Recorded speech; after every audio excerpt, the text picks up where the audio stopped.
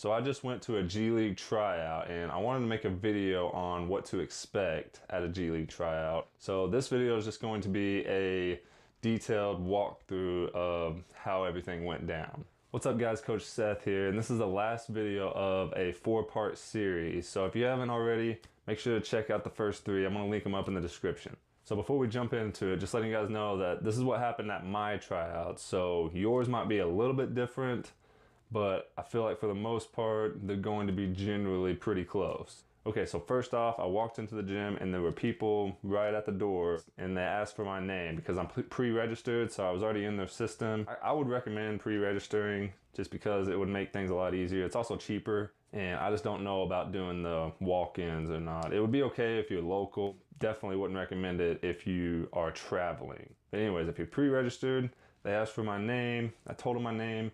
They gave me a jersey, and then they told me which team I was playing on. So that's what happened when I first walked in. So my tryouts was at 10 o'clock in the morning, and I wanted to be ahead of everybody and get there super early. So I planned on getting there about an hour early, and I did. I got there about 9 o'clock, maybe a little bit after 9, and there were a bunch of guys in there already shooting around. So you want to make sure and get there super early. One, because you don't want to look bad. You don't want to be the guy that comes in 5 minutes before the tryout starts, because that just doesn't look very good.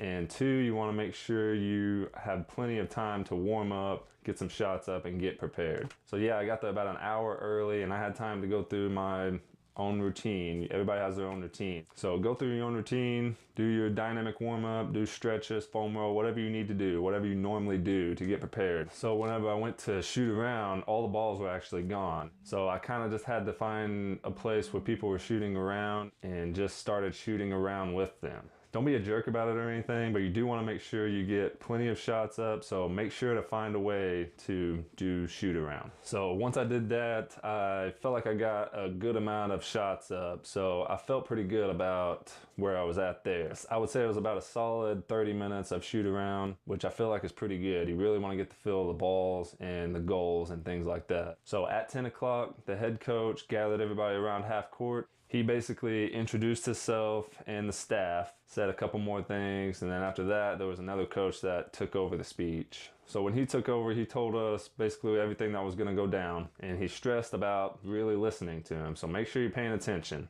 Then he went over a couple very simple drills. Once again, just make sure to pay very close attention to and do exactly what he is saying, because that's what he said. He said to do exactly what he said. And I noticed a lot of the guys did the drills slightly wrong, and it was just unnecessary. Like, they basically made the drill more difficult than what it needed to be. So just make sure and do exactly what the coach says. So we went through maybe 4 or 5 different drills. They were super simple. But after that, he brought us back to half court, and this is when he read off all our names and just confirmed which team we were playing on. And make sure you remember which team you are on. I do remember him saying multiple times to not come up to him and ask him which team you are playing on. So make sure and don't do that. And the next thing he did was show us 3 different plays to run during the scrimmages. And once again, make sure to pay close attention here, because coaches want to see that you can learn multiple plays quickly. That was one problem I think my team had. We didn't really run off of a play. We kind of just ran around and did whatever. And I don't think that looks very good to coaches. So make sure to pay attention to the plays, especially if you're guards, because they're the ones that kind of run the offense mostly. After he did that, then we basically scrimmaged the whole time. He told us which teams were playing and then which teams were next. And if you don't play first, I would recommend you find your team and make sure and talk to them before you play. And that's gonna help you play better together, because in my tryout, we only played 2 games each. 2 games for each team. And there were 20-minute games, running clock the whole time. So there is very little time to develop any chemistry or anything like that. So try to get to know your teammates a little bit.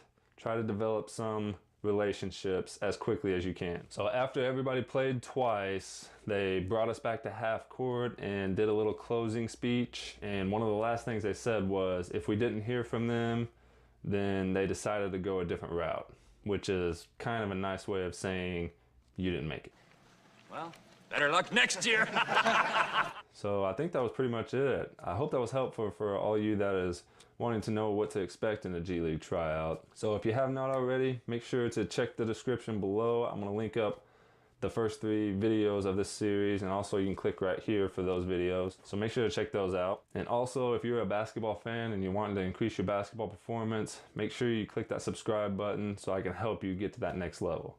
Thank you so much for watching, guys, and I'll see you next time.